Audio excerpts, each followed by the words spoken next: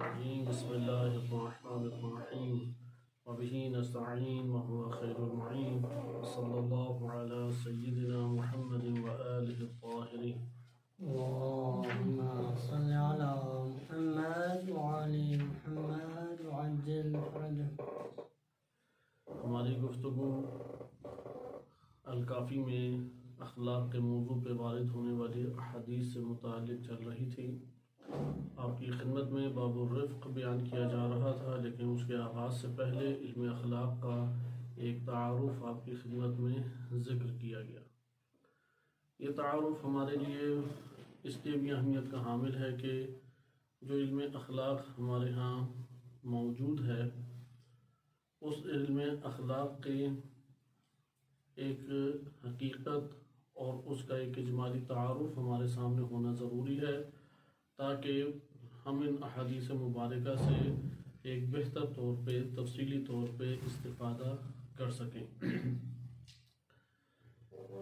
اخلاق کے مورد میں آپ کی خدمت میں ذکر کیا تھا کہ اخلاق انسانی وجود میں راسخ صفات کا مجموعہ ہے کہ یہ راسخ صفات انسان کے وجود کے اندر اگر پائی جائیں تو اس وقت اس کو اخلاق سے تعبیر کیا جاتا ہے. ایک صفت اس وقت انسانی وجود میں راسخ ہوتی ہے کہ جب اس صفت کو انسان تکرار کے ساتھ انجام دے اور اس میں کسی قسم کا ناغہ نہ آنے دے، اس میں کسی قسم کا ایک فاصلہ نہ آنے دے، تب جا کے صفت ایک ہمارے پاس راسخ صفت بن جاتی ہے. لہذا صفت راسخ کو اختیار کرنا اس دنیا میں ایک ہماری ذمہ داری بھی ہے، اور اس کے علاوہ بعض محدثین و علماء نے یہ بات تحریر کی ہے کہ اس دنیا میں جتنی بھی شریعتیں اور ادیان آئے ان کا اصل اور اہم ترین وظیفہ اسی اخلاق فاضلہ کی تکمیل تھا.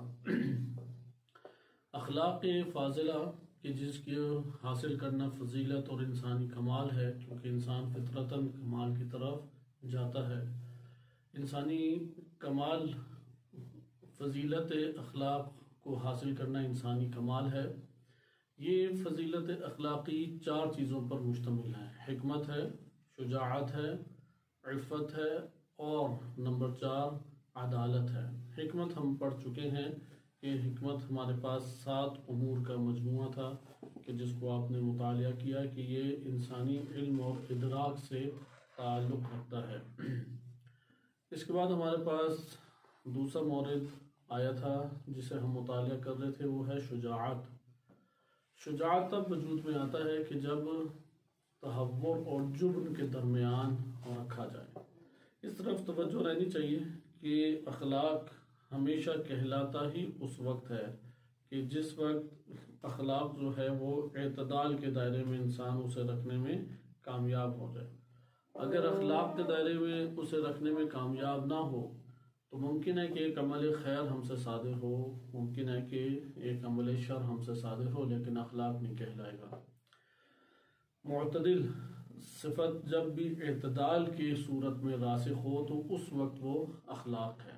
مثلا افراط اور تفریط کے درمیان اخلاق پایا جاتا ہے، اخلاق فاضلہ. اخلاق سیئہ افراطی اور تفریطی ہوتا ہے. اگر اخلاق فاضلہ 4 ہیں تو یقیناً افراط اور تفریط چونکہ اخلاق سیئہ میں پایا جاتا ہے، یہ 8 ہوں گے، اور پھر اس کے آگے انواع ہیں. حکمت جو ہے وہ اگر جروزہ اور مثلا صفاحت کے درمیان ہو، یا بل بھی اسے کہتے ہیں، کہ اگر یہ غباوت کا نام بھی دیا جاتا ہے، اس کے درمیان ہو تو حکمت ہے، وإلا یہ حکمت نہیں ہے. اسی لیے افراطی پہلو جس کو جربزہ کہا گیا ہے اسے گربز بھی کہا جاتا ہے. گربز سے مراد یہ ہے کہ گرگ سے گر لیا ہے اور بز سے بز لیا ہے فارسی زبان میں. یعنی اگر انسانی معلومات وہ جربزہ اور غباوت کے درمیان ہو تو حکمت ہے. اس کو افراد کو بیان کرنے کے لیے فارسی میں ایک بہترین لفظ ہے گربز. گرگ بھیڑیے کو کہتے ہیں اور بز بکری کو کہتے ہیں. بھیڑیا بکری کو اچکنے کے لیے جو منصوبہ بندی کرتا ہے، جو پلان بناتا ہے، یہ حکمت کا استعمال افراطی ہے، یعنی انسان جو سازشی منصوبے بناتا ہے، بیجا انتقام کے ظلم و ستم پر مشتمل انتقام کے منصوبے بناتا ہے، یہ وہی گربز کے معنی میں آ جائے گا۔ اس کے بعد اگلا ہمارے پاس آ جاتا ہے شجاعت۔ شجاعت تہور اور جبر کے درمیان ہو تو بہادری اور شجاعت ہے، وإلا شجاعت نہیں ہے۔ تیسرا ہمارے پاس آ جاتا ہے عفت، جو کہ خمود اور شرح اور خمود کے درمیان ہو تو انشاءاللہ اس کی وضاحت آج کوشش کریں گے آ جائے، عفت کہلاتا ہے۔ اور اس کے بعد آ جاتا ہے عدالت، جو کہ جور اور انظلام یعنی ظلم اور انظلام کے درمیان ہو تو عدالت ہے۔ یہ بات جب ہمارے لیے واضح ہو گئی، آئے ہم شجاعت کو دیکھتے ہیں کہ اخلاق کب کہلاتا ہے۔ یعنی شجاعت سے ہر ایک کو محبت ہے، کیونکہ اخلاقی بہت سارے جو میلانات ہیں وہ فطری میلانات ہیں، وہ کسی کی طرف سے عنایت کردہ یا کسی کی طرف سے تعلیم کردہ نہیں ہیں، بلکہ وہ ہماری فطرت میں اللہ سبحانہ وتعالی نے انہیں رکھا ہے۔ یہ جو اخلاق فاضلہ کے حوالے سے شجاعت ہے، اب شجاعت انہیں فطری تقاضوں میں سے ہے، فطری کمال ہے یہ، یعنی انسان اپنے وجود میں فطری طور پہ اسے محبت کرتا ہے، چاہے انسان بزدل ہی کیوں نہ، اسے شجاعت اچھی لگتی ہے۔ جیسے آج کے دور میں آپ نے دیکھا ہوگا کہ ایک فرد ممکن ہے گولی کی آواز بھی نہیں سن سکتا، لیکن سارا دن وہ بیٹھ کے جو گیمیں کھیل رہا ہے وہ جنگ والی گیمیں ہیں، جو جنگ بڑی پسند ہے، یا اسے جنگی فلمیں بڑی پسند ہیں، جنگی کارٹون بڑے پسند ہیں، کیونکہ اسے شجاعت سے محبت ہے، لیکن صفت شجاعت اسے حاصل نہیں ہے۔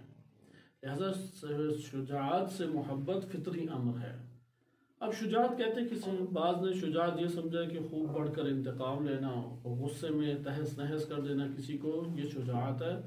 شجاعت کے عوامی معنی ہمارے پاس جدا گانا ہے کہ غصہ غضب خوب دکھانا اور کسی کو بدترین عبرت کا نمونہ بنا دینا، یا بیجا طور پہ اپنی جان خطروں میں ڈالنا، جیسے ویلنگ سائیکلوں کے اوپر کی جاتی ہے، موٹر سائیکلوں کے اوپر، یا بعض لوگ ہیں کہ خطرناک کام کرتے ہیں جبکہ ان کی کوئی عقلائی ضرورت نہیں ہوتی، یہ بھی شجاعت نہیں ہے۔ تہور اور بزدلی کے درمیان ہے شجاعت۔ اچھا، یہاں پہ تہور کا معنی آپ کی خدمت میں ذکر کیا گیا تھا، بیجا طور پہ اپنی جان خطرے میں ڈالنا تہور کہلاتا ہے۔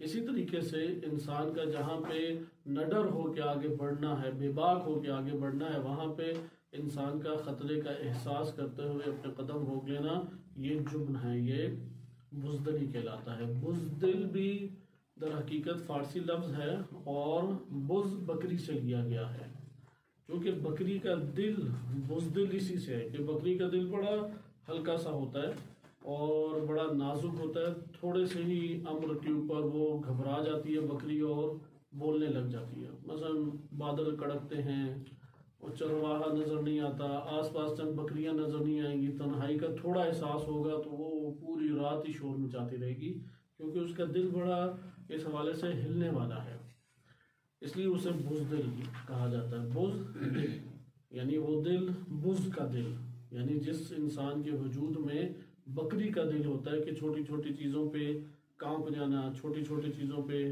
ڈر جانا، چھوٹے چھوٹے امور ہیں جیسے اندھیرا ہے یا کیڑے مکوڑے ہیں یا ایک جگہ پہ تنہائی میں جانا ہے، ان چیزوں سے گھبرا جائے تو یہ بزدل کہلاتا ہے۔ بزدل بہت منفی صفت ہے، اسے دور کرنا انسانی زندگی میں ضروری ہے کہ انشاءاللہ اپنے مقام پہ ہم الکافی کی روایات کے ضمن میں اس کا جائزہ لیں گے اور اس کا علاج بھی پڑھیں گے۔ مثلا علاج میں سے ایک علاج یہ ہے کہ جس چیز سے خطرہ محسوس کر رہا ہے اس کے سپرد اپنے آپ کو کر دے، آہستہ آہستہ وہ ڈر اس کے اندر ختم ہو جائے گا۔ اس لیے بعض علماء جو یہ اخلاقی تربیت اور تہذیب و تزکیہ نفس کے لیے اپنے نفس کے اندر ایک زحمت اور مشقت کیا کرتے تھے اور انہیں طوفانوں سے ڈر لگتا تھا، تو سمندر میں جب لہریں ابھر رہی ہوتی تھیں اور طوفانی ہوائیں چل رہی ہوتی تھیں تو وہ اپنے آپ کو کشتی میں ڈال کے ان لہروں کے حوالے کر دیتے تاکہ اس حوالے سے ان کے دل جو ہیں وہ دھڑکنا بند ہوں اور وہ اس مشکل اور سختی جس سے وہ گھبرا رہے تھے اس کا سامنا کریں، کیونکہ انسان چند دفعہ اس کا سامنا کرتا ہے پھر سیکھ لیتا ہے، پھر اس کا دل جو ہے وہ بزدل نہیں رہتا، وہ بز سے نکل کے انسانی دل بننا شروع ہو جاتا ہے. لیکن جو خطرے کا اصلاً اپنی زندگی میں سامنا ہی نہیں کرتا وہ ہمیشہ ہی پھر اس مرض کا شکار رہ جاتا ہے. پھر ہر چیز ہی اسے ڈراتی ہے، دھمکاتی ہے، اور انسان سے غیر انسانی افعال صادر ہونے لگ جاتے ہیں. شجاعت میں ہم نے کبر نفس پڑھا تھا. کبر نفس اور تکبر نفس میں فرق ہے.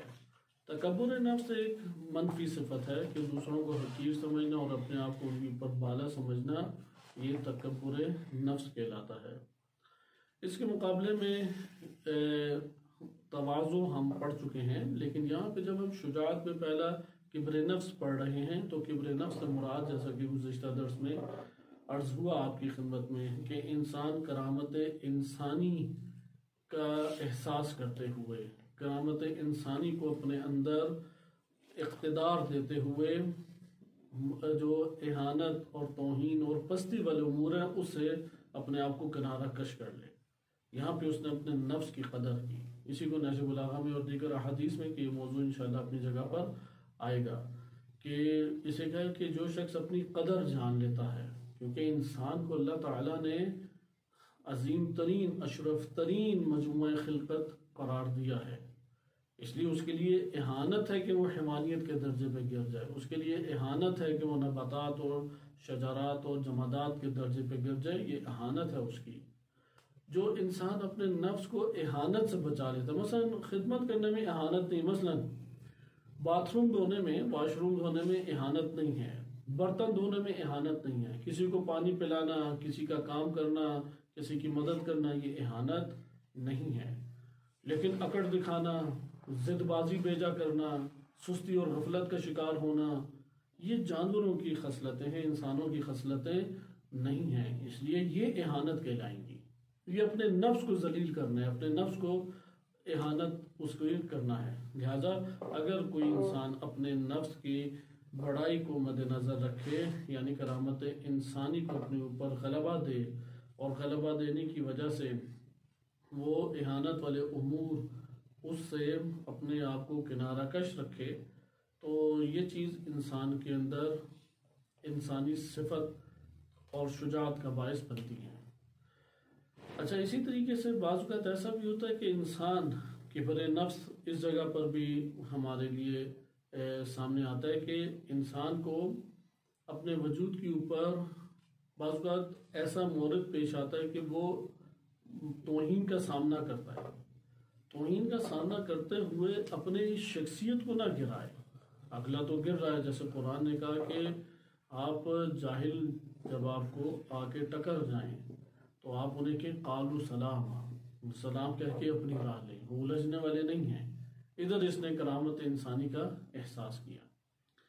دوسرا ہمارے پاس کلمہ نجدہ یا نجدہ آتا ہے، اور وہ یہ ہے کہ خوف کے وقت وہ چیزیں جو انسانی وجود میں خوف پیدا کر دیتی ہیں، اس وقت نفس کا اعتماد میں اپنے آپ کو رکھنا، ثقہ، یعنی اس وقت اپنے ہاتھ سے اپنے نفسانی اعتماد کو نہ ضائع کرنا یا ہاتھ سے اسے نہ جانے دینا، یہ نجدہ کہلاتا ہے. یعنی وہ جزا فضا نہ شروع کر دے.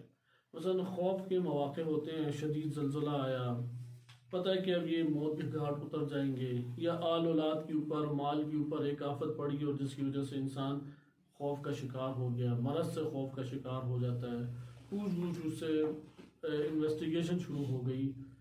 مختلف ہیں خوف کے مواقع. خوف کے مواقعوں پہ اپنے نفس کے اندر صفت اعتماد کو برقرار رکھنا اور نفس کو قابو میں رکھنا کہ جزا فضا اور یہ شور شرابہ وہ نہ کرنے لگے، اسے کہتے ہیں نجدہ. یہ شجاع انسان ہی انجام دے سکتا ہے. اس کے بعد ہمارے پاس آ جاتا ہے عظم الہمہ، ہمت کا بڑا ہونا. یہ نفس انسانی کی بہت بڑی فضیلت ہے. یعنی انسان سعادت مند چیزوں کے لیے بلند ہمت اپنے آپ کو رکھے، اپنی ہمت کو نہ ٹوٹنے دے، اپنے ارادے کو، اپنے عزم کو نہ ٹوٹنے دے. یعنی جتنی بھی مشکلات آتی ہیں ان مشکلات میں سعادت کو حاصل کرنے کے لیے جن مراحل سے گزرنا پڑتا ہے ان مراحل سے گزرے اور اس پر صبر کرے. اس کو کہتے ہیں بلند ہمتی. بلند ہمتی شجاعت ہے. اگر ایک انسان اپنے وجود میں بلند ہمتی پیدا نہیں کرتا وہ شجاعت سے ہمکنار نہیں ہے۔ لہذا شجاعت کا ایک مورد ہمارے پاس کیا آیا کہ بلند ہمتی۔ بلند ہمت میں کیا ہے کہ انسان محنت اور زحمت اور سنجیدگی سے سعادت کو حاصل کرتا ہے، اور اس سعادت کو حاصل کرنے میں جتنی بھی مشکلات آتی ہیں انہیں سہتا ہے۔ مثلا علم کا حاصل کرنا سعادت ہے۔ اب جب انسان علم حاصل کرنے لگے گا تو اس وقت اس کے وجود میں مختلف طرح کے ایک اضطراب کی کیفیت اٹھتی ہے۔ ممکن ہے کہ اسے مال دنیا سے کنارہ کش ہونا پڑے، گھر بار سے دور ہونا پڑے، یا نیند اپنی قربان کرنے پڑے، مختلف امور کو انجام دینا پڑتا ہے۔ وہ علم چونکہ سعادت کا یہ سفر ہے، سعادت مند ہے، وہ تمام مشکلات کو سہ کے علم سے اپنے آپ کو دوچار کرتا ہے، یہ سے ہم کہیں گے بلند ہمتی۔ لہذا بلند ہمتی شجاع لوگوں کا کام ہے۔ اس کے بعد ہمارے پاس آ جاتا ہے ثبات و صبر، کہ یہ ہمارے پاس چوتھا نقطہ ہے، ثبات و صبر۔ ثبات و صبر سے مراد یہ ہے کہ انسان مختلف حوادث کا شکار ہوتا ہے، مختلف تکالیف کا شکار ہوتا ہے۔ ان حوادث اور تکالیف میں اپنے نفس کو قوی رکھے، اپنے نفس کو کے اندر برداشت رکھے، اور ان احوال میں مقاومت کرے ان مشکلات کے ساتھ۔ ان مشکلات کے ساتھ مکمل طور پہ انسان ٹکرائے، مبارزہ کرے، اور اپنے آپ کو گرنے نہ دے، یہ صبر یا ثبات کہلائے گا۔ ہمارے پاس اس کے بعد آ جاتا ہے پانچواں امر حلم۔ حلم جو ہے وہ فضیلت نفس ہے، کہ جس کا مطلب ہے کہ انسان طمانینت یا اطمینان کا اپنے اندر ایک احساس باقی رکھے۔ یعنی اس کے مقابلے میں آتا ہے شغبہ یا شغبہ، کہ طمانینت ایک بہت عظیم صفت ہے۔ حلم کے بارے میں روایات اہل بیت علیہ السلام کثیر ہے، طولانی باب ہے۔ یعنی انسان اپنے وجود کے اندر مشکل حالات میں اپنے وجود کے اندر اضطراب کو دبا کے رکھے، مت اضطراب کو باہر آنے دے، یعنی غضب اس کو آسانی کے ساتھ متحرک نہ کر دے۔ غضب انسان کو آتا ہے، لیکن اس غضب میں انسان اپنے وجود کے اوپر، نفس کے اوپر سکون کو برپا رکھنے میں کامیاب ہو جائے، یہ ہے حلم ہے۔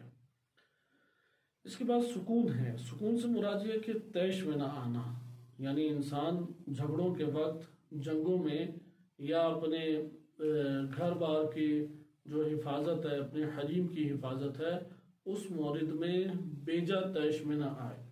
یعنی انسان ان تمام احوال میں انسانی وجود کے اندر ایسی حرکت جنم نہ لے کہ جو اس کو انسانیت کے دائرے سے باہر کر دے، یا حلم اور صبر کے دائرے سے باہر کرے، سکون کی کیفیت اپنے اوپر طاری رکھے۔ پھر ہمارے پاس اس میں آ جاتا ہے ساتواں شہامت۔ شہامت روایات اہل بیت علیہ السلام میں اس کا تذکرہ آیا ہے، وہ یہ کہ بڑے اعمال کو انجام دینے کا حرص ہونا۔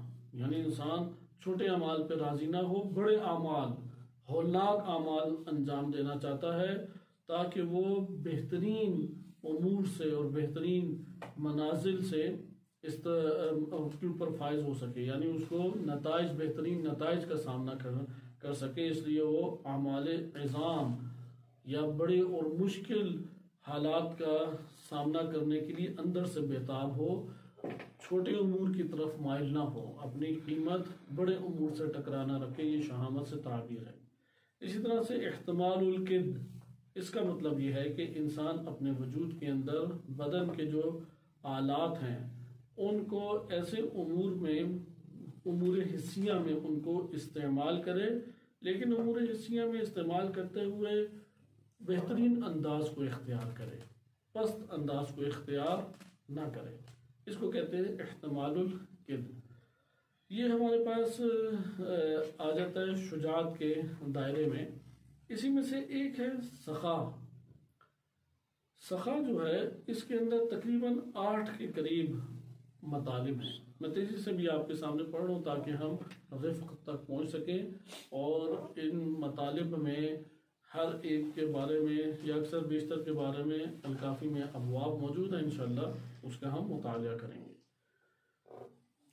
سخاوت میں کرم، ایثار، نبل، مواسات، سماحہ اور مسامحہ یہ آ جاتے ہیں۔ کرم سے مراد یہ ہے کہ کثیر مال کا انسانی نفس سے بآسانی صادر ہونا، یعنی انسان انفاق کرے کثیر مال کو، لیکن یہ کثیر مال اسراف میں نہیں ہونا چاہیے، گناہوں میں نہیں ہونا چاہیے، بلکہ وہ جو امور جمیلہ و جلیلہ ہیں، یعنی وہ امور جو بزرگ شمار ہوتے ہیں، بڑے اعمال میں انسان کا کثیر مال کا خرچ کرنا، مثلا جیسے ابھی اسرائیل کے خلاف کثیر مال کا خرچ کرنا، کہ جو اس نے فلسطین کے مظلومین کے اوپر ایک بربریت قائم کی ہوئی ہے، اور فلسطینی مظلومین اور حماس کے مجاہدین کے لیے کثیر اموال کا خرچ کرنا، یہ کرم کہلائے، یہ صاحب کرامت ہیں، یہ صاحب کرم ہیں۔ یا اسی طریقے سے دین کو زندہ کرنے کے لیے کثیر مال خرچ کرنا، تھوڑا بہت مال تو ہر فرد ہی خرچ کر لیتا ہے، کثیر مال دین کی بلندی کے لیے یا دینی اداروں یا دینی دنیا کو آباد کرنے کے لیے کثیر مال کا خرچ کرنا، یا انسانیت کے ضروریات کو پورا کرنے کے لیے، انسانیت کی خدمت کے لیے کثیر مال کا خرچ کرنا کرم کہلاتا ہے، یہ سخاوت کے شعبے میں سے ہے۔ اس طرح ایثار ہے، ایثار یہ ہے کہ انسان کو بعض اوقات ضرورت ہوتی ہے، اپنی ضرورت کو مد نظر رکھتے ہوئے کہ جبکہ ایک شے انسان کی بھی ضرورت ہے، وہ اپنی ضرورت کے ہوتے ہوئے بھی اس شے کو جو استحقاق رکھتا ہے کہ اس کو یہ شے ملے، اس کو یہ چیز دے دینا، یہ ایثار کہلاتا ہے۔ مثلا ایک چیز ہمارے پاس ہے، اور مثال کے طور پہ گاڑی پہ ہم نے سفر کرنا ہے، گاڑی ایک ہے اور یہاں پہ دو بھائی ہیں۔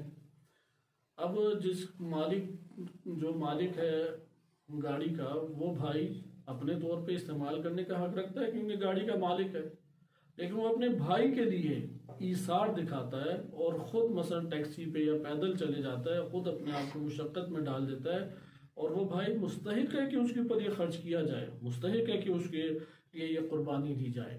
بعض افراد ہیں جو مستحق نہیں ہوتے، وہاں پہ ایثار نہیں ہے۔ جہاں پہ افراد مستحق نہیں ہے، وہاں پہ ایک چیز جو آپ کی حاجت کے لیے اسے ترک کر دینا ایثار نہیں ہے۔ وہ جو کہ مستحق ہے اس کے لیے اس چیز کا خرچ کرنا اور اپنے آپ کو اس حاجت کے باوجود اس چیز سے استفادے کے لیے روک لینا، یہ ایثار کہلاتا ہے، کہ اس کے موارد کثیر دین اسلام میں موجود ہیں۔ خصوصاً مومن دوسرے مومن کے لیے ایثار کا مظاہرہ کرے، پانی پینے سے پہلے دوسرے کو پانی پلائے، کھانا کھانے سے پہلے یا کھانے ڈالنے سے پہلے دوسرے کو موقع دے۔ اگرچہ ہمارے معاشرے میں یہ روایات پلٹ چکی ہیں، کیونکہ پتہ ہے کہ کھانا اگر زیادہ اجتماعی صورت میں زیادہ افراد کے درمیان آ رہا ہے تو یہاں پہ حرص انسان کو مجبور کرتی ہے کہ تم دوسروں کی طرف نہ دیکھو اور کھانے میں اچھے حصے کا انتخاب خود کر لو یا اچھی جگہ کا انتخاب خود کر لو، جتنے بھی افراد ہیں اپنے لیے پہلے سے بچا کے رکھ دو۔ یہ حقیقت میں نادانی ہے۔ جو افراد یہ سمجھتے ہیں کہ فوراً میں نے خاموشی سے اچھی چیز اٹھا لی، مثلا اچھا بستر چن لیا، اچھی غذا اٹھا لی، اچھی چیزوں کو جمع کر لیا اور صرف اپنے چند افراد کو دے دیا، تو یہ کوئی صفت خوب نہیں ہے، اچھی صفت نہیں ہے۔ بلکہ جب وہ دیکھ رہے کہ ایک چیز سب کے لیے ضرورت ہے تو وہاں پہ اتنی مقدار اپنے لیے اٹھا لے کہ جس کا اس کا گزارا چل جائے۔ وہاں پہ ہرس پورا کرنے کا موقع نہیں ہے، وہاں پہ لذت کے حصول کا موقع نہیں ہے، وہاں پہ ایثار کا موقع ہے۔ اجتماعی دنیا میں بالخصوص ایثار کا موقع ہے کہ اگلے کو مثلا پہلے ڈالنے کا موقع دیں، اگلے کو پہلے پیش کریں۔ خیر یہ موضوع انشاءاللہ تعالی آئے گا تو اس میں اس کے ہم تفصیلات معلوم کریں گے، کیونکہ یہی وہ اخلاق فاضلہ ہیں کہ جس کی وجہ سے معاشرے عدالت کے دائرے میں آتے ہیں۔ جب ہم یہ کہتے ہیں کہ امام زمان عجل اللہ تعالی فرجہ الشریف قرۂ ارض کو عدل و انصاف سے بھر دیں گے، تو کیا مراد عدل و انصاف سے؟ عدل و انصاف سے مراد یہی ہے کہ عدل کا تقاضا جو ہے اس دین کو حاکم کریں، عدل کا تقاضا، فرقے کا تقاضا نہیں۔ یہ بہت بڑی غلط فہمی پیدا ہو چکی ہے کہ فرقہ وارانہ رویہ ہوگا امام زمان علیہ السلام کا، یہ قطعاً درست نہیں ہے۔ امام زمان علیہ السلام کا عادلانہ ایک رویہ ہوگا، لہذا ہو سکتا ہے کہ غیر مسلم کی خاطر اپنے ہی ایک فرد کو قانون کے دائرے میں جب وہ آ رہا ہے اور اس کے اوپر سزا عائد ہوتی ہے یا اس کے برخلاف حکم جاتا ہے تو امام علیہ السلام سنائیں گے اس کے برخلاف حکم، لہذا عدل کریں گے امام علیہ السلام۔ اسی طرح انسانی اوصاف اعتدال کے دائرے میں آئیں گے، اعتدال ان اوصاف میں آئے گا، اسی کو قریب کریں گے جو اپنے نفس کے اندر، کیونکہ امام زمان علیہ السلام کے ظہور یا حکومت کا قیام ایک نو قیامت ہی کے برپا ہونے کے قریب قریب ہے، ہم 100% نہیں کہتے، قریب قریب ہے، کیونکہ یعنی آزمائش ایک نو ختم ہوتی چلی جائے گی، انسانی فضائل جو ہے وہ اجاگر ہوتے چلے جائیں گے۔ تو یہاں پہ انسان نے جو پایا ہے وہ سامنے آئے گا۔ اگر پایا اس نے ایثار کی بجائے بخل تھا، حرص تھا، تو وہی سامنے آئے گا۔ ٹھیک ہے، اس دنیا میں نہیں کوئی پہچان سکا، لیکن اندر تو وہ یہ لیے ہوئے تھا۔ لہذا ایثار یہ تقاضا کرتا ہے کہ آپ اجتماعی مواقعوں پہ قلیل کے اوپر گزارا کر لیں، دنی کے اوپر، جو ادنا ہے اس کے اوپر گزارا کر لیں، اعلیٰ جو ہے وہ چھوڑ دیں جس کے پاس بھی جاتا ہے، مثلا اعلیٰ کی خواہش ہی نہ رکھی جائے۔ اس کے بعد ہے نبل۔ وہ یہ نبل سے مراد ہے کہ نفس کا بڑے اعمال کو انجام دینے میں سرور کا احساس کرنا، خوشی کا احساس کرنا، یعنی انسان جب بڑے اعمال کو انجام دیتا ہے تو اس سے اپنے وجود کے اندر خوشی کا احساس کرے۔ اب بڑے اعمال مختلف ہیں، اسے دینی زبان میں بر سے بھی تعبیر کیا گیا، لیس البر ان تولوا وجوہکم ان تولوا وجوہکم قبل المشرق والمغرب، کہ صرف نمازیں مشرق یا مغرب کی طرف پڑھنا یا اس کی طرف رخ کر کے عبادت انجام دینا یہ بر نہیں ہے۔ ابرار بننے کے لیے بر کو انجام دینا ضروری ہے، وَإِلَّا ابرار نہیں بن سکتے۔ ابرار وہ بنتے ہیں کہ جو بڑے اعمال، بڑے بڑے افعال انجام دیں۔ اس لیے انسان اپنی پہنچ بڑی رکھے، ممکن ہے نہ کر سکے، کیونکہ یہ تو نفسانی صفت ہے۔ مثلا وہ خواہش کرے کہ میں یونیورسٹی بناؤں گا، پتہ لگا اکیڈمی میں نہیں بنا پایا، یہ ایک الگ مسئلہ ہے، لیکن اس نے اپنا عزم بڑا رکھا۔ ایک فرد ہے وہ اتنا سا عزم رکھتا ہے کہ میں 2-4 ٹیوشنیں پڑھاؤں گا، یا مثلا قرآن پڑھایا، مجلس پڑھی، اور اسی پہ گزارا کریں گے۔ کس نے یہ سارے کے سارے مشقتیں اٹھانی ہیں، اور سارے لوگ اسی طرح سے، فلاں معروف عالم بھی یہی کر رہا ہے، فلاں بھی یہی کر رہا ہے۔ یہ شجاع انسان نہیں ہے، یہ سخی انسان نہیں ہے۔ سخاوت کیا ہے؟ وہ بڑے افعال سے اپنے آپ کو دوچار کرے، کہ جیسے کہ ہم اوپر پڑھ چکے ہیں کہ انسان کا شہامت یہی ہے کہ حریص ہو کہ میں بڑے افعال کے ساتھ اپنے نفس کو بڑے افعال کے ساتھ دوچار کروں گا۔ مثلا کہ انسان انفاق کے اعتبار سے بڑے اموال دینے کی طرف آ جائے، جان دینے کے اعتبار سے میدان جہاد میں قدم رکھنے کے لیے آبادہ ہوتا چلا جائے، خدمت کے اعتبار سے 24 گھنٹے اپنے آپ کو حاضر رکھنا شروع کر دے، یہ شجاعت ہے، یہ شہامت کی طرف ہے۔ لیکن یہاں پہ کیا ہے؟ نبل کیا ہے؟ خوشی بھی ہو اسے اندر، کیونکہ بعض اوقات ایسا ہوتا ہے خوشی کا احساس نہیں کرتا ہوتا، بڑے افعال کو انجام دینے میں خوشی کا احساس کرے، یعنی اللہ تعالیٰ کی حمد بجا لائے کہ اللہ تیرا شکر ہے کہ تو نے اس کام میں مجھے مشغول کیا، یعنی شب و روز علم حاصل کروں، شب و روز میں خدمت انجام دوں، شب و روز فلاں بڑا عمل انجام دوں، اس سے خوشی کا احساس کرنا یہ نبل کہلاتا ہے۔ انہی میں سے ایک ہے مواسات۔ مواسات کا مطلب یہ ہے کہ انسان اپنے دوستوں کی اور جو مستحق لوگ ہیں ان کی معاونت کرے۔ مواسات یا تواسی یا اسی سے بھائی چارے کا کلمہ بھی اردو ترجمہ بھائی چارہ اس کا بنتا ہے، اور یہ بھی انشاءاللہ تعالی اگر الکافی میں آیا تو اسے پڑھیں گے۔ بھائی چارہ دکھائے۔ بھائی چارہ یہ ہے کہ انسان مدد کرے۔ کس ٹائم مدد کرے؟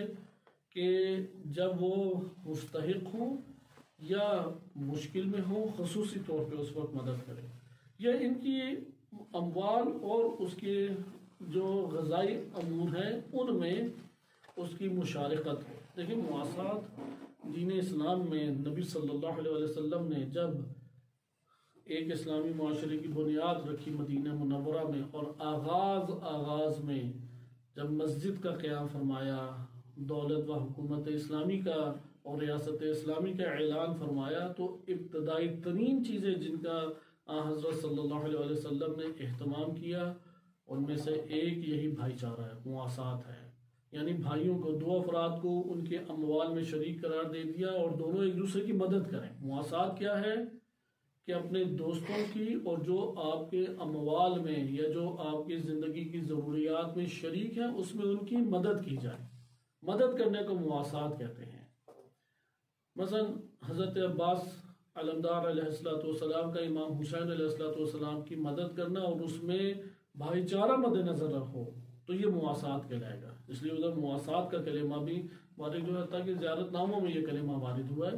اگرچہ دین کے باب سے اطاعت کے باب سے بھی ایک وظیفہ ہے, وفا کے باب سے بھی ایک وظیفہ ہے, حرمت یعنی حریم اس خانوادہ رسالت کے چونکہ حریم اور محافظ تھے اس کے باب سے بھی ایک وظیفہ ہے. لیکن ان میں سے ایک بھائی چارہ بھی, کیونکہ دونوں بھائی تھے, بھائی ہونے کے اعتبار سے عموماً برابری کا بھی ایک ادعا نفس کرتا ہے اور برادری کے اعتبار سے تقاضا بھی بڑا کرتا ہے. یہاں پہ اگر برادری کا احساس کرتے ہوئے معاونت کی جائے, خیال رکھا جائے, حقوق اس کے ادا کیے جائے, اسے کہیں گے مواسات کرنا. یعنی جب وہ مشکل میں پھنس جائے اس مشکل میں اس کا ساتھ دیا جائے, دشمنوں میں گھر جائے تو دشمنوں سے اس کے مقابلہ کرے, اس کے ساتھ بڑھ کے, فقر کا شکار ہو جائے فقر کو دور کرنے کے لیے اس کی مدد کرے. اگر ایک جگہ کے اوپر وہ آ گیا ہے, محفل میں کوئی نہیں اٹھ رہا, یہ عزت دے, اسے احترام دے, اس کے ساتھ آگے بڑھ کر احترام کا رشتہ قائم ہے. یہ ساری چیزیں مواسات کہلاتی ہیں. المؤمنون انما المؤمنون اخوۃ, قرآن کریم نے مومنین کو بھائی قرار دیا ہے تو ان میں مواسات کا رشتہ ہونا چاہیے. انہی میں سے ایک ہے, یہ ساری سخاوت ہیں. ہم سخاوت سمجھتے ہیں صرف مال کثیر طور پہ خرچ کر دینا, نہیں, مال کثیر طور پہ خرچ کریں اگر ان امور میں کیے ہیں جو امور جلیل ہیں, پاکیزہ ہیں, جو خیر کے امور ہیں, تو یہ کرم کہلائے گا, صاحب کرم. اگر فضول خرچی کی ہے, شادی بیاہ پہ بیچا اس نے لگا دیا ہے, صرف برانڈ کے چکروں میں اس نے پتہ نہیں کتنے لاکھوں روپے خرچ کر ڈالے ہیں, تو یہ چیز صاحب کرم نہیں ہے. یہ دنیا کے اعتبار سے دنیاوی شرف رکھتا ہے لیکن صاحب کرامت و صاحب کرم, صاحب عزت نہیں ہے. سماحہ کہتے ہیں کہ انسان کا بعض چیزیں جو کہ لازم نہیں ہیں ان بعض کا خرچ کر دینا. سماحہ ویسے معاف کرنے کو بھی کہتے ہیں, عزت کے لیے بھی. جیسے ہم کہتے ہیں کہ عالی جناب یا عام جناب تو عربی میں سماحہ کہا جاتا ہے, یعنی بڑی شخصیت جو اپنی زندگی میں خرچ کرتی ہے. اب اس کے اوپر یہ خرچہ لازم نہیں تھا کہ وہ یہ خرچ کرے, یہ ضروری نہیں تھا کہ وہ اسے انجام دے, لیکن وہ اس جگہ کے اوپر سخاوت دکھانا, نفس کی یہ سخاوت ہے کہ وہ ادھر بھی خرچ کر رہا ہے, اس مورت میں بھی آ کے خرچ کر رہا ہے, یہ سماحہ کہلاتا ہے. اس کے بعد ہے مسامحہ. مسامحہ یہ ہے کہ انسان بعض چیزوں کو کہ جو اس کے لیے لازم نہیں ہیں جان بوجھ کے ترک کر دے. کس طور پہ ترک کرے کہ وہ ورع اختیار کرنا چاہتا ہے, ارادتاً و اختیاراً. بعض لذات ہیں, بعض آرام دہ چیزیں ہیں, بعض اس کے البتہ وہ واجب نہیں ہیں, کیونکہ ایک دفعہ ضرورت زندگی ہوتی ہے اور اس کا اختیار کرنا لازم و واجب ہو جاتا ہے, لیکن یہ مرحلہ اس سطح کا نہیں ہے. تو یہ جو مرحلہ ہمارے پاس کہلائے گا اس کو ہم کہتے ہیں مسامحہ, یعنی وہ ورع اختیار کرتے ہوئے, ترک دنیا کرتے ہوئے, دنیا کو اپنے ہاتھ سے جانے دینے کے لیے بعض چیزوں کا ترک کر دے. مطلب بہت اچھی بہترین کرسی لے سکتا تھا لیکن اس نے درمیانے درجے کی لی, چھوڑ دیا وہ اعلیٰ ترین مرحلہ. بہترین گاڑی لے سکتا تھا, درمیانے درجے کی اس نے گاڑی لی, ورع اختیار کرتے ہوئے, ارادتاً و اختیاراً. یعنی جو چیزیں اس کے اوپر واجب نہیں ہیں ان میں سے بعض چیزوں کو ترک کر دینا ہے. یہ آپ کے سامنے شجاعت کا تھا پہلو. عفت کو آئے اب ہم تیزی سے دیکھیں. عفت شہوت سے تعلق رکھتی ہے. ہم کیونکہ سابقہ درس میں شجاعت اور شہوت کو ملاحظہ کر چکے ہیں کہ اللہ تعالیٰ نے جب انسانی نفس کو خلق کیا تو نفس کے اندر ہی اللہ تعالیٰ نے عقل بھی رکھی ہے کہ جو ادراک کا کام کرتی ہے, معلومات کے حصول کا کام کرتی ہے. قوت غضب بھی رکھی ہے کہ جو چیزوں کو دور کرتی ہے, دفع کرتی ہے. قوت غضب سے شجاعت جنم لیتی ہے. جس کے وجود میں قوت غضب ہے ہی نہیں تو شجاعت بھی نہیں ہے. اس لیے شجاعت جو ہے وہ بدلہ لینا نہیں ہے, شجاعت جو ہے وہ انتقام لینا نہیں ہے. شجاعت وحشی درندہ چنگیز خان, ہلاکو خان بن جانا یا ہٹلر بن جانا نہیں ہے, یا صدام بن جانا شجاعت نہیں ہے. شجاعت ہے کہ غضب، قوت غضب کے دوش پہ انسان کا ایسی چیزوں کو دور کرنا کہ جو فضائل انسانی سے ٹکراتی ہیں۔ ابھی آپ نے شجاعت کے حوالے سے تفصیلی پڑھا، انہی میں سے شہوت ہے۔ حقیقت میں انسان کی اس دنیا میں جتنی بھی تباہ کاریاں اور ہلاکتیں ہیں اور جتنی بھی دنیا کے اندر مفاسد اور فسادات اور مظالم ہیں، ان سب کا ریشہ قوت غضب اور قوت شہوت سے ملتا ہے۔ اگر ایک شخص قوت غضب اور قوت شہوت کو اعتدال میں رکھنے میں کامیاب نہ ہو تو اس کے نتیجے میں ظلم و ستم خود نفس بھی انجام دیتا ہے اور دنیا بھی ظلم و ستم سے بڑھتی چلی جاتی ہے۔ بالفاظ دیگر کہ قوت غضب اور قوت شہوت ہر برائی کی جڑ ہے۔ ہر برائی کی جڑ یہ دو چیزیں ہیں۔ کب برائی کی جڑ ہے؟ کہ جب ان کو اعتدال میں نہ رکھا جائے، اور ہر انسانی کمال کی بھی صفت، ہر انسانی کمال کا بھی سبب ہے جب انہیں اعتدال میں رکھا جائے۔ بالفاظ دیگر انسان تکمیل نہیں اپنے نفس کی کر سکتا جب تک قوت غضب و قوت شہوت سے استفادہ نہ کرے۔ قوت شہوت نہ ہو تو انسان نہیں بن سکتا، قوت غضب نہ ہو تو انسان نہیں بن سکتا۔ قوت شہوت بھی ضروری ہے اور قوت غضب بھی ضروری ہے، لیکن کب انسان بنے گا؟ جب انہیں اعتدال میں رکھے گا۔ اور کب غیر انسان حیوان بن جائے گا؟ جب اعتدال سے ہٹا دے گا۔ انسان کا اس دنیا میں سب سے مشکل ترین کام قوت غضب اور قوت شہوت کو اعتدال میں رکھنا، اسے جہاد اکبر کہا گیا ہے۔ مثلا جہاد اصغر کیا ہے؟ جیسے ابھی بھی فلسطین میں جو مسلمانوں کا اور اسرائیلی صہیونی ہیں ان کا جہاد ہو رہا ہے، جہاد ہے لیکن جہاد اصغر۔ ایک ہے جہاد اکبر۔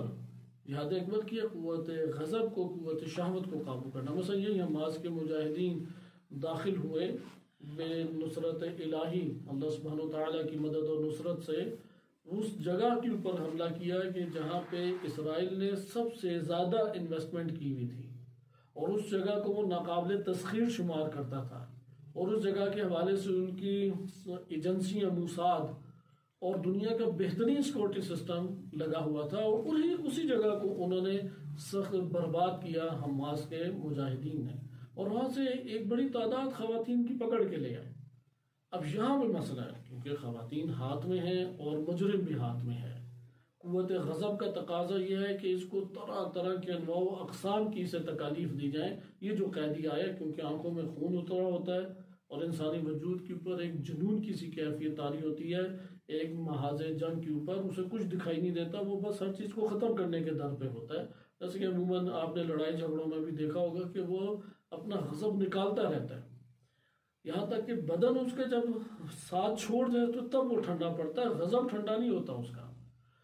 اسی طریقے سے خاتون ہیں، شہوات اس کے وجود میں موجود ہیں، اموال ان کے ہاتھ میں لگے ہیں۔ یہاں پہ قوت غضب کو اگر اعتدال میں رکھے اور مجرم کے ساتھ زیادتی نہ کرے، جیسے امیر المومنین علیہ السلام زہر والی تلوار جو سر مبارک پہ ان کے لگی، زہر کی شدت سے اور زخم کے گہراؤ کی وجہ سے، چونکہ سر ایک حساس جگہ ہے، وہ شدت سے تڑپ رہے ہیں تکلیف سے۔ امام علی علیہ السلام بار بار بے ہوش ہوتے چلے جا رہے ہیں، لیکن جب ہوش میں آتے تو اس قیدی کے حقوق کا پوچھتے، اسے کھانا دیا ہے، اس کے حوالے سے پوچھتے کہ اس کے حقوق ادا کیے ہیں، دیکھو میرا نام لے کے یہ نہ لوگوں کو مارتے پھرنا کہ امیر المومنین قتل کر دیے گئے، امیر المومنین قتل کر دیے گئے، اس کو بھی ایک ہی وار مارنا، اگر تم نے اسے مارنا ہے چھوڑ دو تو بہت خوب، لیکن اگر اسے قصاص میں مارتے ہو تو اسے ایک ہی وار کرنا ہے، ایک سپر وار نہ۔ یعنی دیکھیں کہ کس طریقے سے اعتدال میں ہو نہیں سکتے افراط اور تفریط میں امیر المومنین علیہ السلام کی قوت غضب وہ چلی جائے، کیونکہ قوت غضب کے اوپر امامت فرما رہے ہیں، قادر ہیں، اقتدار رکھتے ہیں اس ریاست کے اوپر، ریاست قوت غضب پہ۔ اسی طرح قوت شہوت ہے۔ قوت شہوت انسان سے طرح طرح کے امور انجام دلواتی ہے۔ پیسہ ہاتھ میں آیا، یہ دل چاہتا ہے کسی طریقے سے ہاتھ میں زیادہ ہی آ جائے، زیادہ میرے پاس منتقل ہو جائے، یا اسی طریقے سے غذا سامنے آتی ہے، نفس یہ کہتا ہے زیادہ تم ڈال لو، زیادہ حصہ اچھا تم اپنے لیے سنبھال لو، یا اسی طریقے سے کوئی منصب ہے، اقتدار ہے، شہوات اور لذات و ملذات یہی انسان کو ہلاک کر بیٹھی. لہذا جو شہوت کے امور کو صحیح طریقے سے نہیں سمجھتا دیندار ہونا ممکن نہیں ہے اس کے لیے، چاہے وہ درس خارج پڑھے، درس تفسیر دے، درس حدیث دے، نماز شب پڑھتا رہے، وہ شہوت ہی نہیں اس کی کنٹرول. اس لیے شہوت کنٹرول نہیں ہے تو یہاں پہ وہ حیوانیت کی طرف آ جائے گا. اس لیے قوت شہوت کو اعتدال میں اگر رکھیں تو عفت جنم لیتی ہے. اس جملے کو دوبارہ آپ کی خدمت میں اہمیت کی وجہ سے تکرار کیا جاتا ہے. انسانی وجود کے اندر اگر قوت غضب اور قوت شہوت نہ ہو تو انسان کمالات انسانی حاصل نہیں کر سکتا. لیکن کب یہ ہمارے لیے بنے گی کہ جب وہ اس کو اعتدال میں رکھنے میں کامیاب ہو جائے. آئے اب ہم عفت کے حوالے سے، یعنی شہوات اب طرح طرح کی ہیں. کھانے پینے میں شہوات ہیں، اقتدار کی شہوت ہے، حاکمیت کی شہوت ہے جو سب سے دیر سے انسانی وجود سے جاتی ہے. جو حاکمیت کی شہوت ہے اپنے ہاتھ سے چیز کو نہیں نکلنے دیتا. ملکیت کا جو اندر مادہ پایا جاتا ہے انسان کے بہت قوی ہے. تو یہ مختلف انواع کی شہوت ہے. اس میں ہمارے پاس 8 آ جاتی ہیں چیزیں. البتہ جو ہم نے سخا پڑھا ہے وہ عفت کے دائرے میں آتا ہے، لیکن ہم نے اس کو شجاعت کے زمرے میں آپ کی خدمت میں بیان کر دیا. پہلا ہے حیا، دوسرا ہے دعا، دعاتن دال عین گولتے، تیسرا ہے صبر، چوتھا ہے سخا، پانچواں ہے حریت، چھٹا ہے قناعت، ساتواں ہے دماء، آٹھواں ہے انتظام، نوواں ہے حسن الہدی، 10واں المسالمہ، 11واں الوقار اور 12واں الورع. حیا کہتے ہیں انسان کا اپنے آپ کو حصار میں رکھنا، محصور رکھنا، بند رکھنا. کس وقت؟ جب اسے ڈر اور خوف ہو کہ قباحت اس کے وجود سے صادر نہ ہو جائے، اسے کہتے ہیں حیا. مثلا ایک بازار میں ہے، اسے ڈر ہے کہ نامحرم پہ نگاہیں نہ پڑ جائیں، یہاں پہ اپنے نفس کو حصار میں رکھے، یہ کہیں گے یہ باحیا انسان ہے. یا ایک انسان کے پاس اموال حفاظت کے لیے ہیں، اسے ڈر ہے کہ کہیں میں مال میں اونچ نیچ یا خیانت نہ کر دوں، اس جگہ پہ اپنے نفس کو اس قبیح عمل سے دور رکھنا. یعنی ڈر ہے، اسے یقین نہیں ہے کہ صادر ہوگا، ڈر ہے. اس ڈر کے وقت اگر وہ اپنے نفس کو دور کر لے، محصور کر لے، بند کر لے اس عمل کو انجام دینے سے، یہ کہلائے گا حیا کہلائے گا. حیا کے موارد اسی طریقے سے انسان کے وجود میں جتنی قباحت ہے اتنے موارد حیا کے. کیونکہ بعض اوقات زبان کے اعتبار سے قباحتیں ہیں، نگاہوں کے اعتبار سے قباحتیں ہیں، اچھا گفتگو کے اعتبار سے مختلف طرح کی قباحتیں ہیں، محافل کے اعتبار سے قباحتیں ہیں. ایک عمل کے انجام دینے یا خوش ذائقہ غذاؤں کی طرف یا خوش مزاج افراد کے درمیان جو محافل جمتی ہیں ان میں کئی قباحتیں انسان انجام دے دیتا ہے. تو ان قباحتوں سے اپنے نفس کو بچائے رکھنا اور حس محصور کر لینا یہ حیا کہلاتا ہے. اس لیے حیا کے دائرے میں شہوت کا پورا کرنا یہ درست ترین عمل ہے. اسی طریقے سے دوسرا آ جاتا ہے دعا. دعا یہ کہتے ہیں کہ جب شہوات اندر حرکت کر لیں، یعنی شدید بھوک لگی ہے اور ہماری مرغوب ترین غذا سامنے آ گئی، تو اب مرغوب ترین غذا سامنے آئے تو شہوت طعام، شہوت غذا وہ تو حرکت میں آ گئی. اس حرکت میں آتے ہوئے نفس کو سکون میں رکھنا، عجیب و غریب حرکتیں نہ کرنا کہ اسے دیکھ کے آنکھیں اس کی پھیل جائیں، پھٹ جائیں اور تیزی سے ہاتھ بڑھائے، کچھ دسترخوان پہ گرا رہا ہے اور عجیب و غریب طریقے سے کچھ پلیٹ میں ڈال رہا ہے. یہ والے اثرات اس سے وجود میں نہ آئے. حرکت سکون اس کے وجود میں برپا ہونی چاہیے. اس کے اندر حرص اور طمع اور لالچ اس طرح کی چیزیں آشکار نہیں ہونی چاہیے کہ یہ کیونکہ حیوانی صفات ہیں. حیوان ہے کہ جب وہ بلبلا رہا ہوتا ہے بھوک سے اور اس کے سامنے اس کے لیے کوئی غذا آ جاتی ہے تو وہ اس ندیدہ طریقے سے جھپٹتا ہے کہ وہ منظر دیکھنے میں انسان کو کبھی بھی بھاتا نہیں ہے. لہذا اگر انسان شہوات جب حرکت میں آ جائیں اس حرکت کے وقت نفس کو سکون میں رکھے. جیسے بعض لوگ ہیں شادی ہوتی ہے تو رقص شروع کر دیا. اب کیوں یہ رقص شروع کر دیا؟ شہوت خوشی ہے انہیں. تو یہ جو رقص کا مورد نہیں ہے ادھر نفس کے سکون کا مورد ہے. اسی طریقے سے ممکن ہے کہ دیگر قسم کی شہوات ہوں کہ انسان کانوں سے کسی شہوت کو حاصل کر رہا ہے، شہوت سماعت ہے، شہوت محافل ہے، تو اس میں عجیب و غریب طریقے سے ہنسنے لگ جائے، کہہ کے لگانے لگ جائے، کبھی دائیں گرے کبھی بائیں گرے ہنس ہنس کے، کبھی سامنے اس کی ٹکر لگے۔ یہ جو موارد ہیں، یہ موارد آپے سے جو باہر ہونا ہے، اس سے اپنے نفس کو اگر بچائے رکھتا ہے، یہ سکون نفس دعاتن کہلاتا ہے۔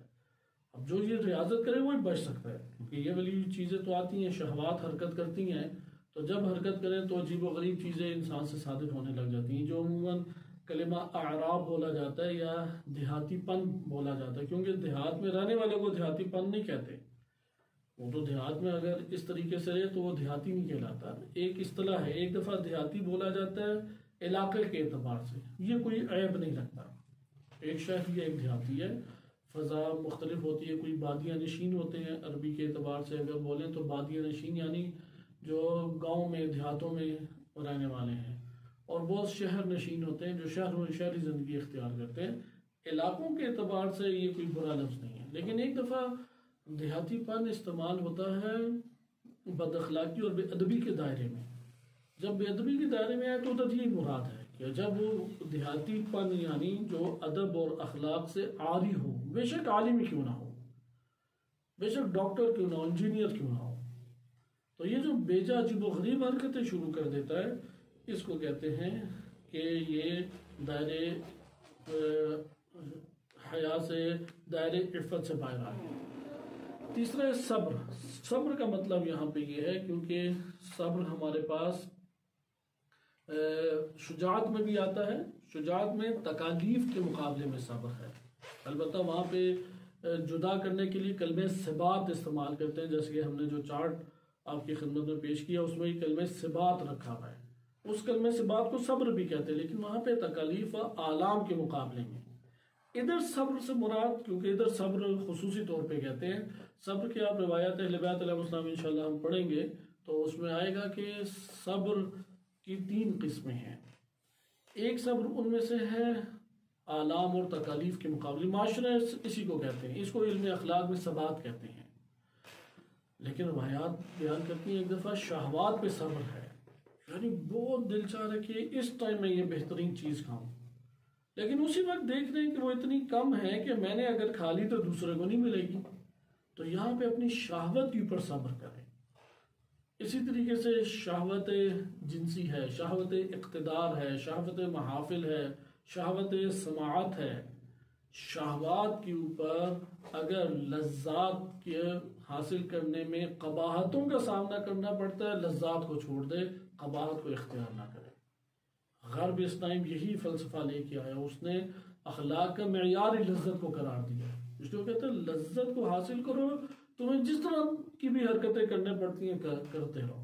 دین اسلام وہاں کے اس بات پہ قائل نہیں ہے، لہذا وہ لذت کو 2 حصوں میں تقسیم کرتا ہے۔ وہ لذت جس کے اندر عفت موجود ہے، افراط و تفریط سے عاری ہو کے انسان لذت و شہوت حاصل کرے، یہ مقبول ہے، لیکن اگر اس لذت کو حاصل کرنے میں قباحت کا سامنا کرنا پڑ جائے، وہ سب بڑی لمبی لائنیں لگی ہوئی ہیں، ادھر دل للچاتا ہے یار ہم بھی جا کے کھڑے ہو جائیں، دیکھیں تو صحیح کیا ملتا ہے، مثلا بہترین مچھلی بنی ہوئی ہے یا بہترین کوئی اور غذا تقسیم کی جا رہی ہے، لیکن وہاں پہ دھکے بھی پڑ رہے ہیں، بیجا کھڑا بھی ہونا پڑتا ہے، ہر گزرنے والا اس کیفیت کو بھی ہماری دیکھ رہا ہے کہ جس کے اندر بھوک کی شدت بھی ہے اور رغبت اور شہوت غذا بھی آشکار ہے، اور انسان کی یہ کیفیت تھوڑی عجیب تعجب آور بھی محسوس ہوتی ہے کہ دسترخوان کو تو اچھی لگتی ہے لیکن لائنوں میں کھڑے ہونے میں اچھی نہیں لگتی، تو یہاں پہ وہ صبر کرے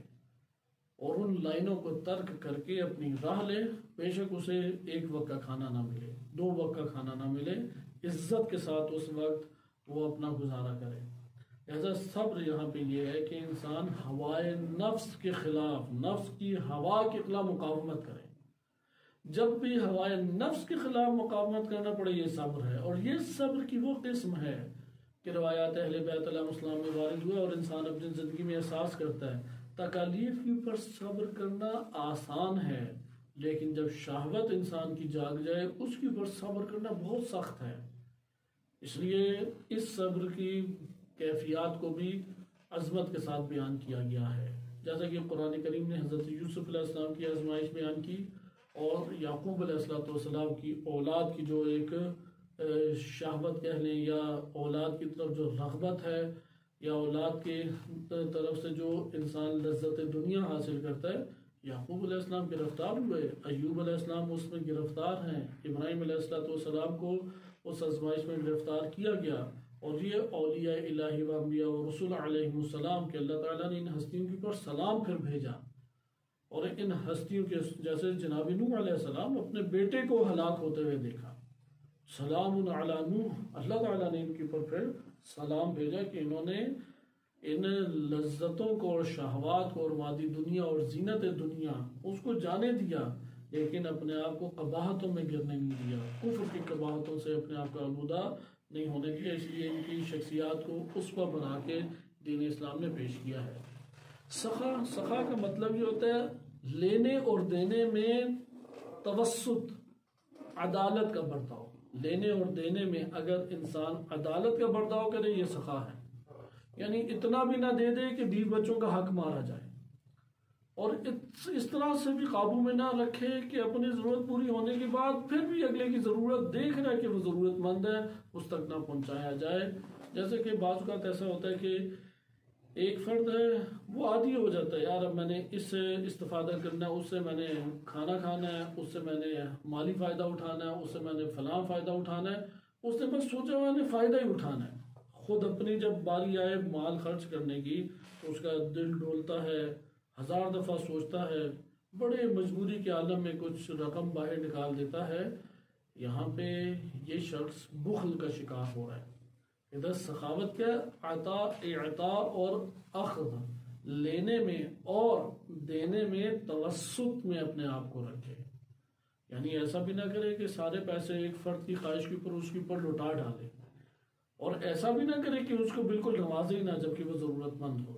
لہذا اموال کو خرچ کرنے میں وہ مقدار جو خرچ کرنی چاہیے خرچ کرے، اور جس مقدار کو خرچ نہیں کرنا چاہیے وہ نہ کرے، اس کو کہتے ہیں سخا۔ سخاوت یہ نہیں ہے کہ بس ہاتھ کھلا ہے وہ دیتے بے دیتا جا رہا ہے، یعنی جو مقدار اسے نہیں دینی چاہیے وہ اس کی اپنی زندگی کی محتاجی سے اپنے آپ کو بچانے کے لیے ضرورت تھی، اپنے خانوادے کا واجب حق ادا کرنا، کیونکہ اگر بیوی بچے جو ان کا واجب حق ہے وہ اٹھا کے کسی اور کو دے دیں تو یہ حرام کام ہے، کیونکہ وہ تو مال امانت تھا، وہ تو بیوی بچوں کا حق اللہ تعالیٰ نے قرار دیا تھا کہ جب تک انسان کی ولایت میں بیوی بچے ہیں ان کا واجب حق نان نفقہ کے اعتبار سے کہ اگر وہ کسی اور پہ خرچ کرتا ہے، اپنا مال خرچ کر سکتا ہے، ان کے اوپر جو خرچ کرنے کا مال ہے اور امانت کے طور پہ اس کے پاس ہے وہ خرچ نہیں کر سکتا۔ اس لیے سخاوت کہتے ہیں کہ جس مقدار کو خرچ کرنا ضروری ہے وہ خرچ کریں، اور جس مقدار کو خرچ نہیں کرنا چاہیے اسے خرچ مت کریں۔ اس کی انواع ہیں جو آپ پڑھ چکے ہیں، البتہ اس میں انہوں نے تفصیل سے تذکرہ کیا ہے مقالہ نمبر 9 میں، چونکہ یہ جو آج آپ کے سامنے تفصیلات بیان کی جا رہی ہیں تہذیب الاخلاق ابن مسکوائے رحمۃ اللہ علیہ کی ہے، اس سے آپ کے سامنے بیان کیا جا رہا ہے۔ انہوں نے 6 ذکر کیے سخا کی جو تھی خصوصیات یا اس کے ضمن میں جو مجموعہ آتا ہے، خواجہ طوسی رحمۃ اللہ علیہ نے 8 ذکر کیے، لیکن تفصیلات انہوں نے چونکہ ہم مقالہ اولا پہلے مقالے سے تفصیلات پڑھ رہے ہیں تو انہوں نے سخا کی تمام تفصیلات ذکر کیے ہیں 4تھے مقالے میں اس کتاب میں۔ انہی میں سے ایک ہے حریت، جسے آپ کہتے ہیں آزادی۔ آزادی سے مراد یہ ہے کہ انسان کو مال حاصل کرنا چاہیے جو اس کا جائز طریقہ کار ہے، اور جو اس کے اوپر واجب بنتا ہے وہ پھر اس کو عطا کرے، اور جس مال کو نہیں حاصل کرنا چاہیے جس راہ سے وہاں سے حاصل نہ کرے۔ مثال کے طور پہ ہر مال کو ہر طریقے سے حاصل نہیں کیا جا سکتا، جائز طریقے سے، اخلاق کے طریقے سے، احترام کے ذریعے سے وہ مال کو حاصل کرے۔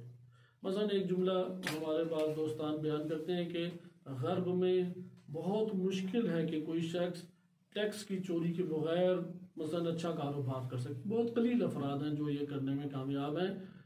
قلیل افراد وہ کسی نہ کسی طریقے سے گھوم پھر کے ٹیکس کی چوری کر کے اپنے کاروبار کو سٹیبل کرتے ہیں، کیونکہ ٹیکس اتنی بڑی مقدار میں ہوتا ہے، مثلا 23%، 30%، کہ وہ پھر کوئی خاص فائدہ نہیں ہو پاتا، اور انسان ایک مدت ٹیکس بھرنے میں اور وہ اسی سطح کے اوپر گزار دیتا ہے جس کے اوپر اس نے کاروبار شروع کیا۔ اس جگہ پہ اگر وہ ٹیکس چوری کر کے اپنے کاروبار کو سٹیبل کرتا ہے تو یہ وہ جہت نہیں ہے جہاں سے مال کمایا جائے، اس جہت سے مال کی کمائی درست نہیں ہے۔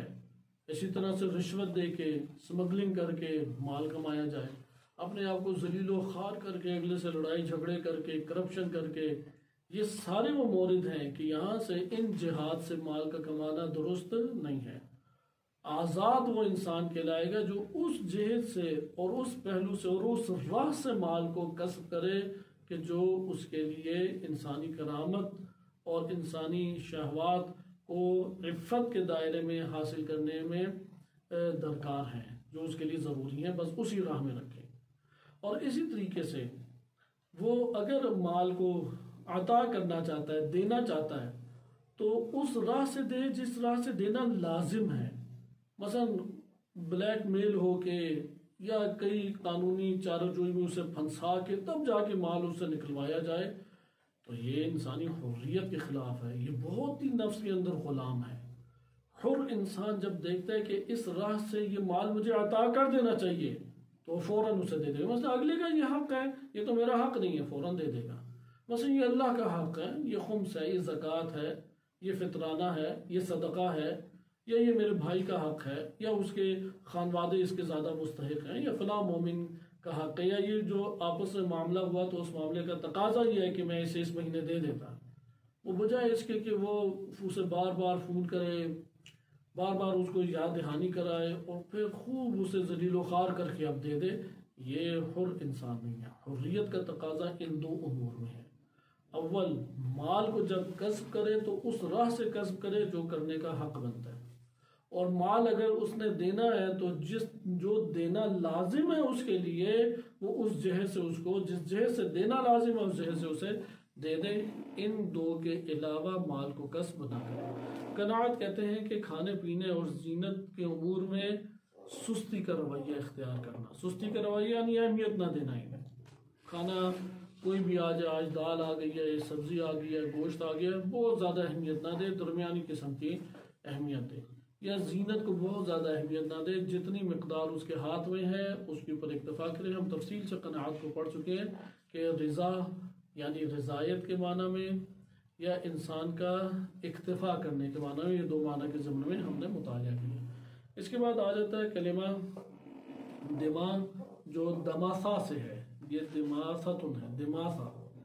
دماسا کا مطلب یہ ہوتا ہے کہ آسانی سے انسان کا جو چیزیں قابل مدح شمار ہوتی ہیں ان قابل مدح چیزوں کی طرف انسان کا جھک جانا، جو چیزیں زینت یعنی جمیل شمار ہوتی ہیں انسانی نفس کے اعتبار سے، بدن، لباس، گھر بار کے اعتبار سے نہیں، انسانی نفس کے اعتبار سے جو تجمل شمار ہوتا ہے، مثال جو عزت کا احساس کرنا، ایثار کا احساس کرنا، کرامت کا اظہار کرنا، جو چیزیں جمال کہلاتی ہیں ان کی طرف تیزی سے بڑھنا، یہ جو تیزی سے بڑھنا ہے نفس کا جھک جانا یا تیزی سے بڑھنا ہے، اس کو کہتے ہیں دماغتن۔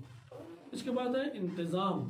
انتظام یہ ہے کہ انسان کے پاس جتنے بھی امور ہیں ان امور کا انسانی نفس بہترین ان کی تدبیر کرے، بہترین تدبیر کرنا انسان کا اپنی حالت کو دیکھتے ہوئے جو اس کے ہاتھ میں ہے، دنیاوی طور پہ لذات کے اعتبار سے، دنیاوی زینت کے اعتبار سے اس کی بہترین تدبیر انتظام کہلاتا ہے۔ حسن الحد یعنی انسانی نفس کی تکمیل محبت کے ذریعے سے ہونا، یعنی خوبصورت چیزوں کو اختیار کرنا حسن الحد کہلاتا ہے۔ اچھا، اس کے بعد ہے مسالمہ۔ مسالمہ سے مراد یہ ہے کہ انسان کا ایسی چیزوں کی طرف جو حصول ہے، موادعہ یعنی ایسے ملاقات کہ جن میں اضطراب نہ ہو، ان کو انسان کو مثلا حاصل کرنا یا ان کو ترک کر دینا، یعنی مسالمہ سے مراد یہ ہے کہ بعض ایسے انسان کو امور پیش آتے ہیں کہ انسان اپنے وجود میں ان کی رغبت جاننا چاہتا ہے، ان کو اختیار کرنا چاہتا ہے، لیکن اس کی بہت شدید اپنے اندر اضطراب نہیں اس کا دیکھتا ہے۔ مال دنیا مثلا موبائل کا کسی کو زیادہ ذوق شوق ہی نہیں ہے، اب کوئی اعلیٰ کوالٹی کا موبائل اور پھر اس کے پاس رقم بھی ہو، اس کی وسائل بھی ہوں، اب اس کو کوئی خاص ضرورت بھی نہیں ہے اور ذوق بھی نہیں ہے اور کوئی اس کے حوالے سے کشش بھی نہیں ہے، تو ان چیزوں کو وہ ترک کر دے، مسالمہ اس نے یعنی کیا۔ تو یہ ہمارے پاس آتا ہے مسالمہ، اس کی اپنی ایک تشریح ہے، اس کو انشاءاللہ کسی اور مورد میں دیکھیں گے۔ وقار سے یہاں پہ مراد یہ ہے کہ انسان کا اپنے مقاصد جو دنیاوی لذات اور دنیاوی ضروریات ہے ان کو حاصل کرتے ہوئے اپنے نفس کو سکون میں رکھنا اور ثابت قدم رکھنا۔ ورع کہتے ہیں کہ اعمال حسنہ کو مضبوطی سے اختیار کرے جن میں انسانی کمال ہے اور حرام چیزوں کو چھوڑ دے۔ بس اس کو اس طرح سے کہہ سکتے ہیں کہ اعمال جمیلہ ان کو وہ حتمی طور پہ اختیار کر لے، جو اچھے اعمال حسنہ، اعمال جمیلہ، اعمال خوب، ان کو اپنے نفس کے لیے اختیار ہمیشہ کرے۔ اس کو ہم ورع سے اخلاق میں تعبیر کیا جاتا ہے۔ یہ عفت کے ضمن میں 12 آپ کے سامنے معانی تھے۔ انشاءاللہ ہم اگلے درس میں عدالت کو ہم مطالعہ کریں گے تیزی کے ساتھ، اور اگر اللہ تعالیٰ کی طرف سے توفیق ہوئی تو باب الرفق کو ہم شروع کریں گے کہ آپ نے اس دوران دیکھا کہ رفق کا جو دائرہ ہے کہ اس رفق میں ظاہراً یہ ہمارے پاس نرمی کا جو پہلو ہے وہ شجاعت اور عفت کے دائرے میں تو نہیں آیا، لیکن ظاہراً وہ پھر عدالت کے دائرے میں آتا ہے۔ بعض نے اس کو جہاں تک ذہن میں پڑتا ہے انشاءاللہ تعالیٰ اس کو ہم دقت نگاہ سے دیکھیں گے کہ ابھی وہ ذہن میں نہیں ہے کہ رفق انہوں نے کس کے ضمن میں رکھا ہے۔ ظاہراً رفق کو انہوں نے عفت کے دائرے میں رکھا تھا، لیکن آج جو ہم نے تفصیل پڑھی ہے اس میں رفق یعنی نرمی وہ اس کے زمرے میں نہیں آئی، لیکن اگلے درس میں اس کا بھی انشاءاللہ جائزہ لیں گے۔ صلی اللہ علیہ سیدنا محمد وآلہ الطاہرین۔